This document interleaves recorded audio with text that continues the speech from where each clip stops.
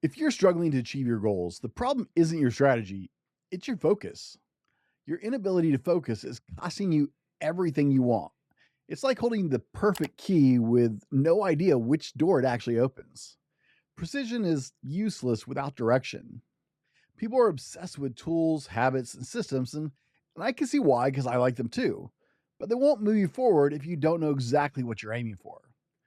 You can have that perfect morning routine and do all the deep work sprints you want, but without focus, it's like going on a drive with Google Maps with no destination in mind. Sure, you got a map, you might be moving, but you're not going anywhere that matters until you actually lock in a destination. Direction must come before motion. In this episode of the Driven to Thrive broadcast, we'll dive into 4 issues disrupting your focus, how to set a focus, and a couple tools to help you stay focused along the way, including billionaire Richard Branson's 3-role decision filter. By the end of the podcast, you're going to be well equipped to start achieving your goals and moving in a positive direction. So let's start with number 1 right off the bat. The number 1 issue killing your focus is actually that you don't actually know what you want. I know, wait, don't click off the show yet. Hear me out.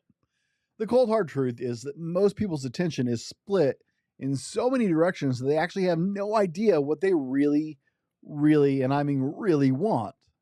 The Spice Girls told us back in the 90s, so tell me what you want, what you really want. So tell me what you want, what you really want. But the problem is most of us can't answer, I'll tell you what I want, what I really want.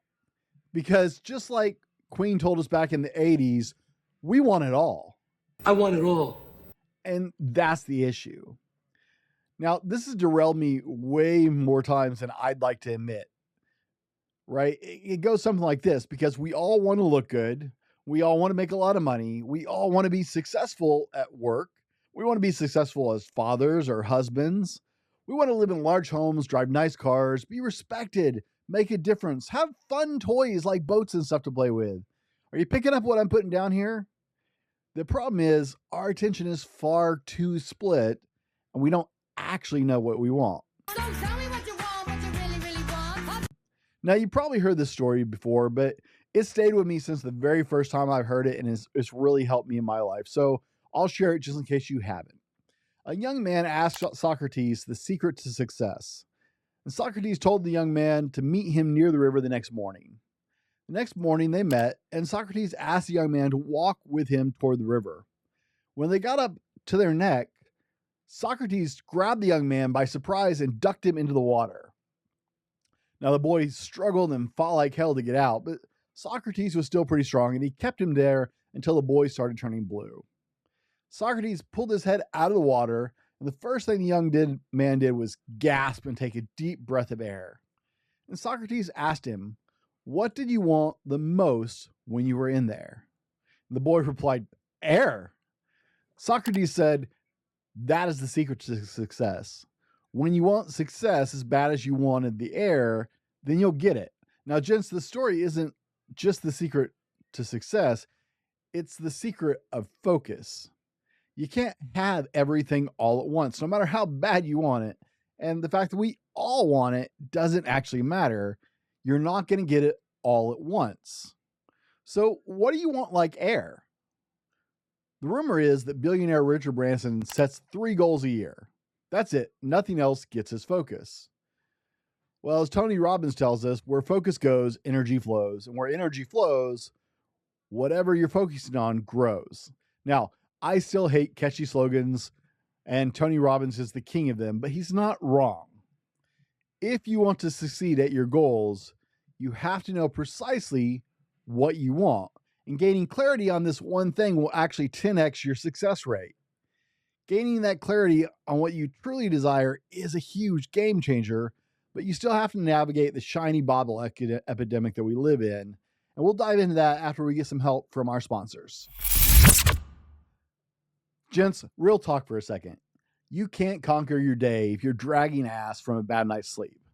If you're trying to stay focused, build legacy, and crush your goals, sleep isn't a luxury, it's a weapon. That's why we're a MyPillow household around here. From mattress toppers to towels, I use MyPillow products every single day. Let me tell you, they deliver. Clarity, energy, focus, That all starts with rest. And rest starts with the right gear. I have MyPillow pillows, I have MyPillow sheets, I have MyPillow body pillows, and these products are a huge key to my success. We're proud to have Mike Lindell and the team at MyPillow as sponsors for this show. For our listeners, you can grab up to 80% off and free shipping over $75 when you use the promo code THRIVE at mypillow.com. Every time you purchase something from mypillow.com, not only are you supporting a great American company, you're helping keeping your favorite podcast, me, on the air. And so thank you for supporting American companies, and thank you for supporting our work here at Driven to Thrive. Don't just dream big, guys. Sleep well so you can wake up ready to win. The Driven to Thrive broadcast: purpose, growth, and lasting impact for men. Helping men go from living to thriving, purpose-filled, intentional lives. Welcome to the Driven to Thrive broadcast: purpose, growth, and lasting impact for men. I'm your host, Brent Dallin, and we help men go from living to thriving, purpose-filled, intentional lives. Now, we've already covered clarity on what you really want with that horrible 90s reference from the Spice Girls. So tell me what you want, what you really, really want. We live in the middle of the shiny bauble epidemic in such a fashion that we have never had this before. Ooh, shiny. So number 2 is the look shiny epidemic. There has never been a time in our history where we've had more competing for our attentions and more gadgets to make sure something gets our attentions. It's crazy because we have so much competing for that attention that we actually have to have gadgets to make sure we don't miss things and remind us that our attention needs to go somewhere else. It's kind of ridiculous. You have a dozen or more things fighting for your attention at all times. People, appointments, emails, social media, on-demand TV, music, advertising, pop-ups. Your phone is going off nonstop, but let's not forget about all those wonderful notifications. Like, I got a smartwatch, guys. It was a gift from a friend. It's the only reason I actually have a smartwatch anymore. But my wrist is vibrating all the time. My phone, thank goodness, doesn't vibrate all the time because I turn off my notifications. But I can't even go anywhere without hearing other people's notifications going off on their cell phones constantly. I'm a busy person, but wow, a lot of people are stupidly busy because, man, you can't walk through the grocery store without hearing multiple phones going off all the time. Highly successful people like Gary Vaynerchuk, Dan Martell, Cody Sanchez, Jeff Bezos, and so many more names that you may be more familiar with have gatekeepers to protect their focus. They employ people to act as gatekeepers for their time. They don't have notifications popping off. They have people or a set time to check email. They filter out distractions. In fact, I can tell you Dan Martell, after reading his book, has a personal assistant. He doesn't see his email unless she sends it to him.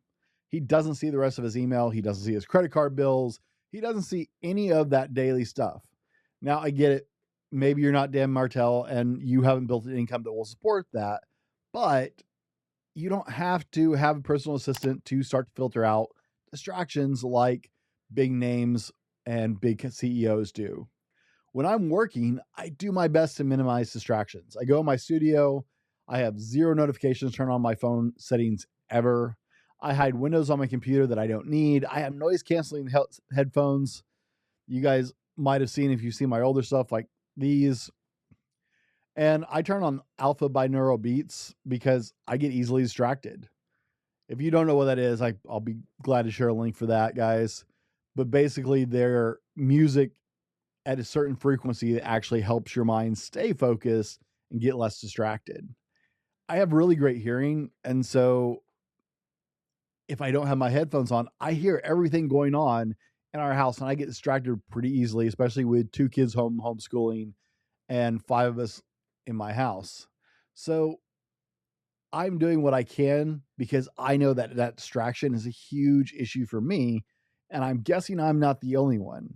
So maybe like me, you can't quite pull off that personal assistant yet to act as a gatekeeper, but you can optimize your schedule, your space, and your devices to minimize distractions, including your email, which takes way more time than it should for most people.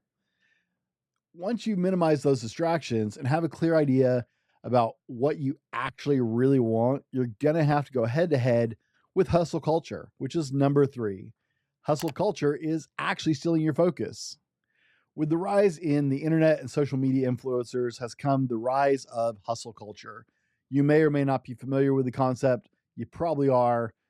Everyone is online showing you how successful they are, right? That's what Instagram and Facebook are.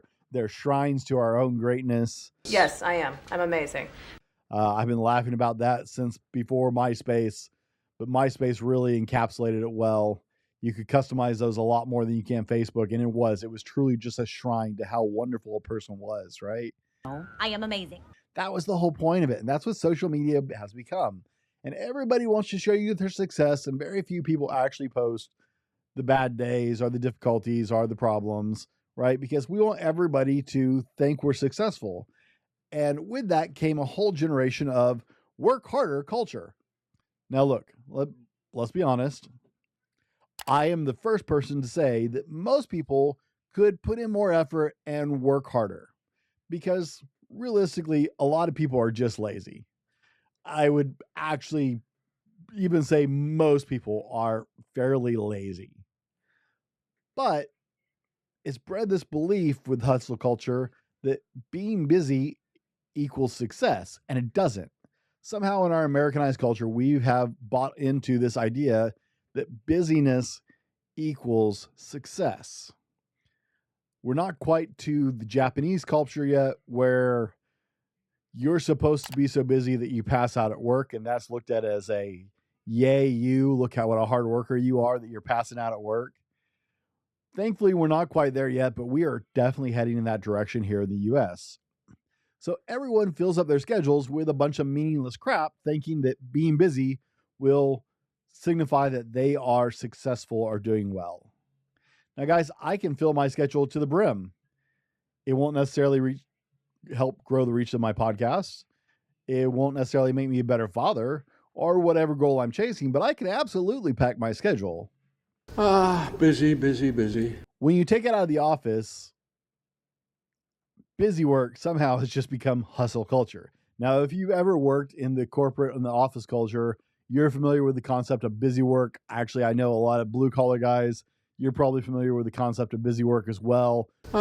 Busy, busy, busy. We've all pushed a broom to justify us still being at the job site because we knew a project was coming down the road in 2 days and they didn't want to lay people off, right? So you're familiar with busy work. Well, honestly, if you take it out of the work context, isn't that what hustle culture really has become? Is busy work? We have to show people we're busy. I already told you that billionaire Richard Branson sets 3 goals that he works on every year. That is what gets all his time. It gets all his energy. It gets all his focus. The man owns well over 100 companies. Estimates are between 300 to 400 actually. But in the course of the year, the only thing he focuses on are those 3 goals.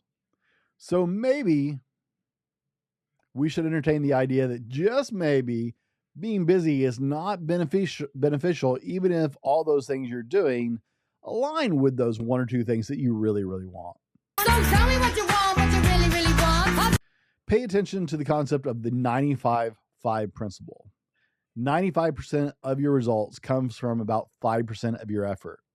There's also another principle called the 80-20% principle. Maybe you want to lean towards that. 95-5 is a little high for you, or maybe you think that's a little exaggerated. The 80-20 principle still states that 80% of your results comes from 20% of what you do.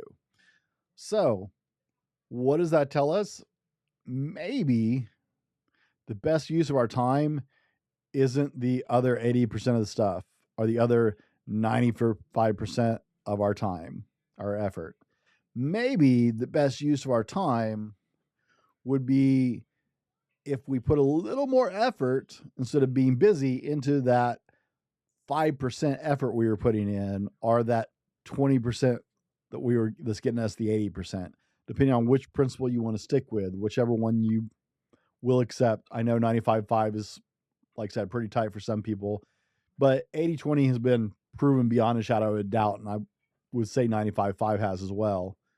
But consider that instead of filling your calendar with all the busy stuff, Busy, busy, busy. if you isolated the 20% of what you do, or that 5% of your effort that really moves the needle, and focus on the tasks that fall in those categories, those things, how much farther could you go and how much faster? Now that we're paring it down from busy work to what actually really moves the needle and matters, we need to avoid this giant mistake if you're going to be successful.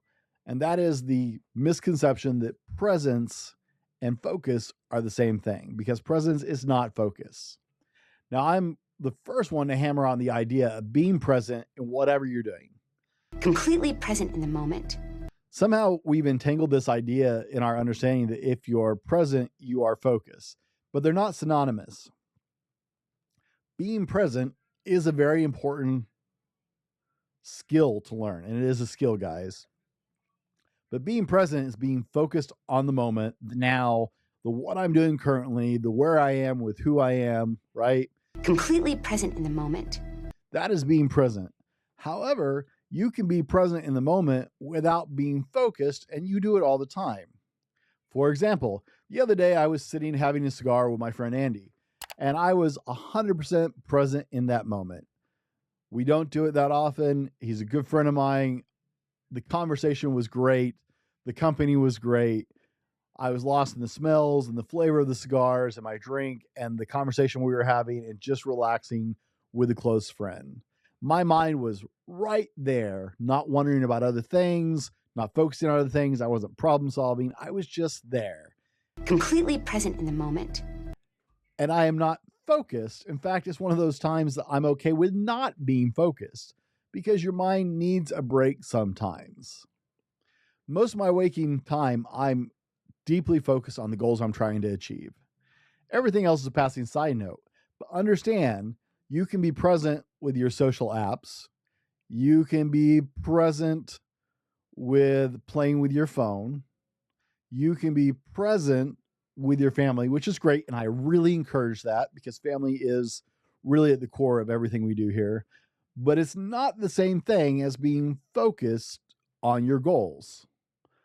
Presence has become a really popular topic on the internet, but it's not focused, and it can actually derail focus, and vice versa. Being focused can actually derail presence if you're focused on the wrong thing.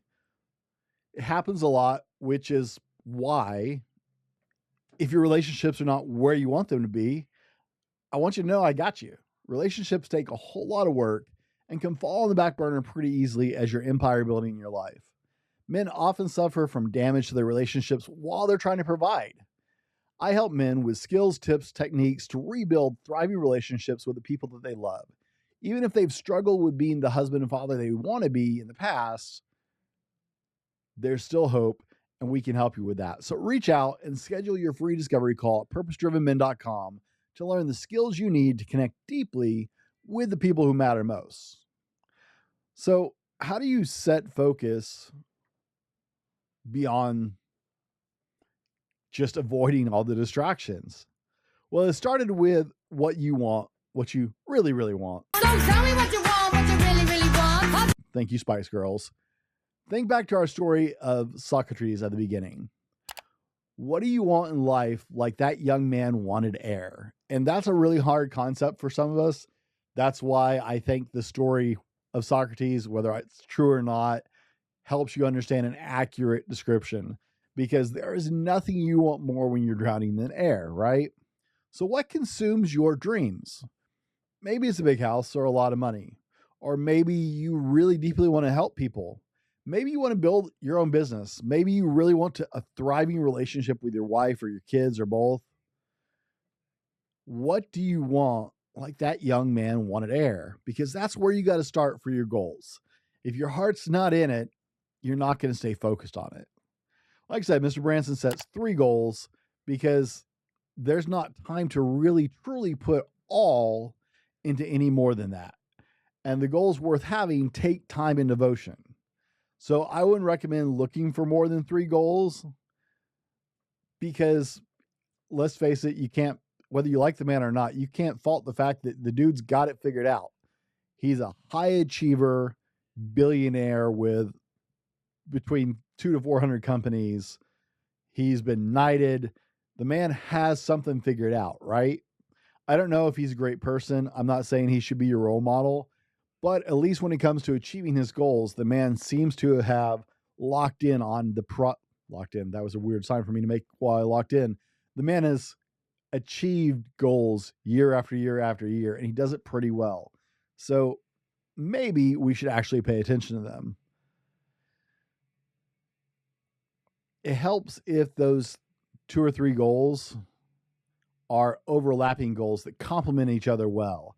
They should all be fighting for air worthy, but it will really help you achieve them if they overlap in the way they work together.